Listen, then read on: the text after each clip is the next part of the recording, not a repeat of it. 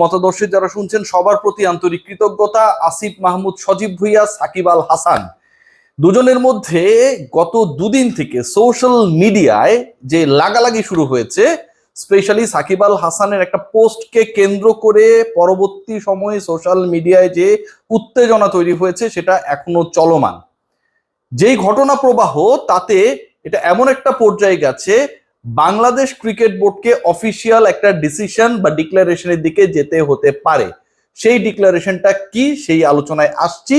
তার আগে প্রেক্ষাপটটা কি, কে জিতলো, কে এগিয়ে, এই যে সোশ্যাল মিডিয়ায় পোস্টের যুদ্ধ, এটাতে আসলে এখন পর্যন্ত কার অবস্থানটা অনেক বেশি একসেপ্টেবল, কার অবস্থান নিয়ে ধোঁয়াশা রয়েছে, অস্পষ্টতা রয়েছে।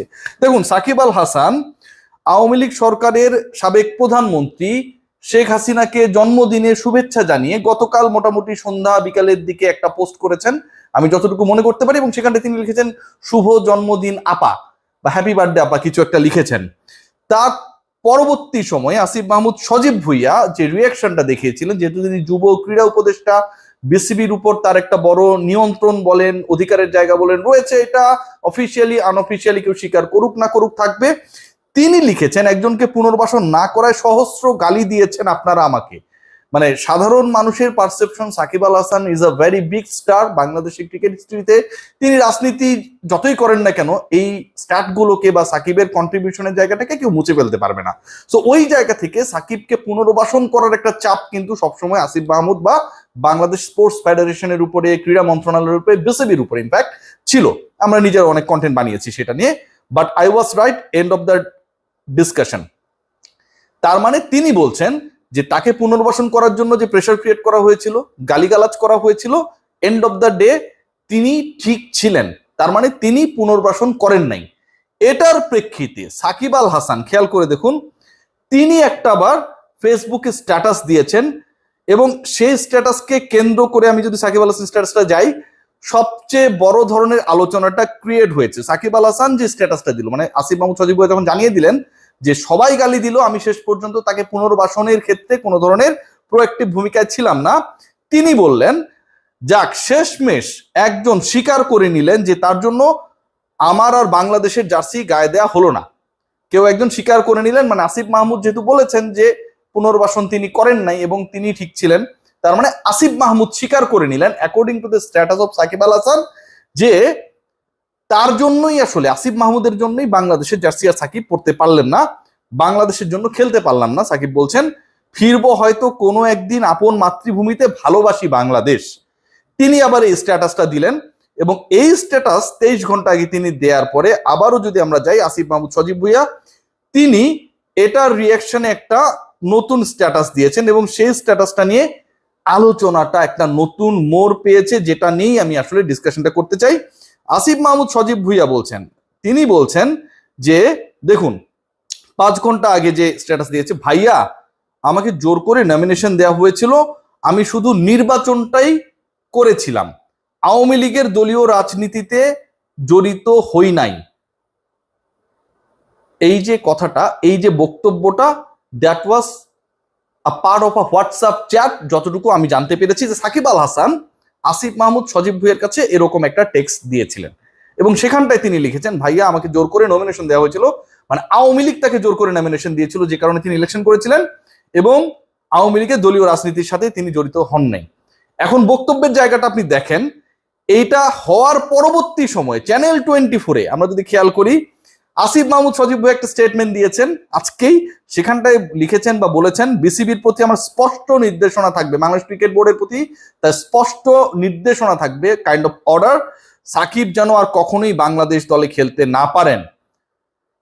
এরপরের বক্তব্য যেটা, ইতোপূর্বে এটা আমি বোর্ডকে এভাবে না বললেও এখন বোর্ডের প্রতি আমার স্পষ্ট নির্দেশনা, মানে এর আগে তিনি ক্রিকেট বোর্ডকে ইনফ্লুয়েন্স না করলে এখন সরাসরি তিনি নির্দেশনা দিচ্ছেন সাকিব আল হাসান কখনোই বাংলাদেশ টিমে আর খেলতে পারবেন না। আলোচনাটা কোথায়?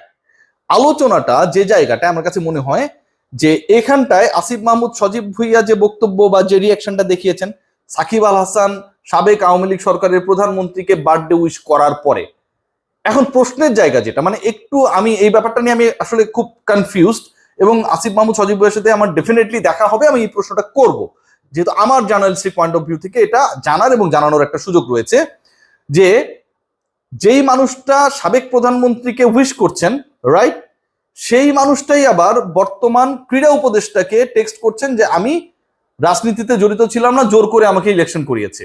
সো এটা কিন্তু ডাবল স্ট্যান্ডার্ড, এটা টোটালি ডাবল স্ট্যান্ডার্ড। এবং এই ডাবল স্ট্যান্ডার্ডে যে ঘটনাটা ঘটছে খেয়াল করে দেখবেন, সেটা কিন্তু সাকিব আল হাসানের দুইটা বক্তব্যের প্রেক্ষাপটে। একটা হচ্ছে তিনি উইশ করছেন, আবার এক জায়গায় তিনি উইশ করা সাকিব আল হাসান, রাজনীতিবিদ সাকিব আল হাসানই তো উইশ করছেন, ক্রিকেটার সাকিব আল হাসান তো উইশ করছেন না, তিনি আবার আসিফ মাহমুদ সজীব ভুঁইয়াকে 5 আগস্টের পরে জানাচ্ছেন যে তিনি রাজনীতি করেছিলেন প্রেসারে পড়ে। তো আপনি যার প্রেসারে পড়ে পলিটিক্স করবেন, নিশ্চয়ই তাকে তার জন্মদিনে আপনি উইশ করবেন না। আর যদি আপনি কাউকে উইশ করেন, নিশ্চয়ই তার প্রেসারে পড়ে রাজনীতি করবেন না। এই যে ঘটনাটা ঘটেছে, এটার প্রেক্ষাপটটা এমন একটা পর্যায়ে চলে গেছে যে Shakib Al Hasan kind of challenge দিয়েছেন যে আসিফ মাহমুদ সজীব ভুঁইয়ার কারণেই তিনি আসলে জাতীয় দলে বাংলাদেশের জার্সি গায়ে দিয়ে, লাল সবুজের জার্সি গায়ে দিয়ে খেলতে পারেন নাই। এবং স্পষ্ট যে অন্তত কেউ ক্লিয়ার করলো তার বক্তব্যে। আসিফ মাহমুদ সজীব ভুঁইয়া এর থেকে স্পষ্ট করছেন আজকে যে আগে ক্রিকেট বোর্ডকে এই ধরনের নির্দেশনা না দিলেও এখন তার নির্দেশনা স্পষ্ট যে সাকিব আল হাসান যেন আর বাংলাদেশের হয়ে কখনোই খেলতে না পারেন। যে জায়গাটা ক্রিয়েট হচ্ছে এখান থেকে খুব ইন্টারেস্টিং একটা পয়েন্ট, সেটা হচ্ছে বাংলাদেশ ক্রিকেট বোর্ড একটা ইলেকশনের প্রসিডিউরের মধ্যে রয়েছে এবং এই ইলেকশনটা আর মাত্র 1 সপ্তাহের মধ্যে হয়ে যাবে।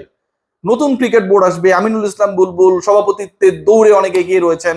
সেই ক্রিকেট বোর্ডকে ক্রীড়া উপদেষ্টা যখন এরকম একটা নির্দেশনা দেন, তার মানে বাংলাদেশ ক্রিকেট বোর্ডের পক্ষ থেকে একটা অফিসিয়াল স্টেটমেন্ট এন্ড অ্যাকশন নিতেই হবে। বাংলাদেশ ক্রিকেট বোর্ড এরকম অ্যাকশন নেবেন কিনা, কারণ বাংলাদেশ ক্রিকেট বোর্ডের কেউই কখনো সাকিবের ব্যাপারে তাদের স্ট্যান্সটা প্রপারলি ক্লিয়ার করেন নাই। সেটা ফারুক আহমেদ হতে পারে, সেটা আমিনুল ইসলাম বুলবুল হতে পারে। এবং আমিনুল ইসলাম বুলবুল শুরুর দিকে বলেছিলেন তিনি ফোন ধরেন নাই, পরে তিনি বলেছেন মিসআন্ডারস্ট্যান্ডিং দূর হয়েছে, এখন আমার সাথে সাকিবের কথা হয়।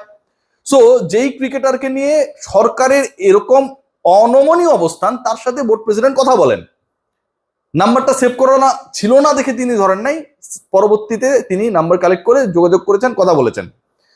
এটা কিন্তু আমার কাছে মনে হয় কিছুটা ক্ল্যাশি। মানে আপনি কোন জায়গায় রয়েছেন, আমিনুল ইসলাম বুলবুলের বোর্ডকে কিন্তু এটা প্রকাশ করতে হবে, প্রচার করতে হবে এবং স্টান্স নিতে হবে। ইদার সাকিবের বিরুদ্ধে তাদেরকে স্টান্স নিতে হবে, অর আগে যেভাবে ছিলেন সেই অবস্থায় থাকতে হবে। বাট সেটা থাকার সুযোগটা আমি খুব বেশি দেখছি না। এখন একটা এমন সিচুয়েশন ক্রিয়েট হয়েছে আমার কাছে মনে হয় যে ইটস লাইক যে আওয়ামী লীগ ভার্সেস এনসিপি বা নিউ বাংলাদেশ না, সাকিব ভার্সেস সরকার একটা পর্যায়ে চলে গেছে।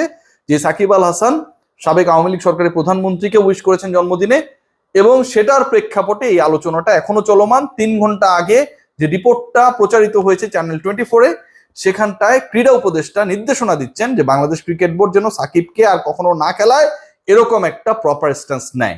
শেষ পর্যন্ত দেখার আসলে কোন দিকে কি যাচ্ছে। বাট ওভারঅল আমার কাছে মনে হয় ইলেকশনের আগে নতুন একটা আলোচনা, এশিয়া কাপের আগে নতুন একটা আলোচনা, সাকিব আল হাসান মানেই সবসময় নতুন আলোচনা। সবাই ভালো থাকবেন।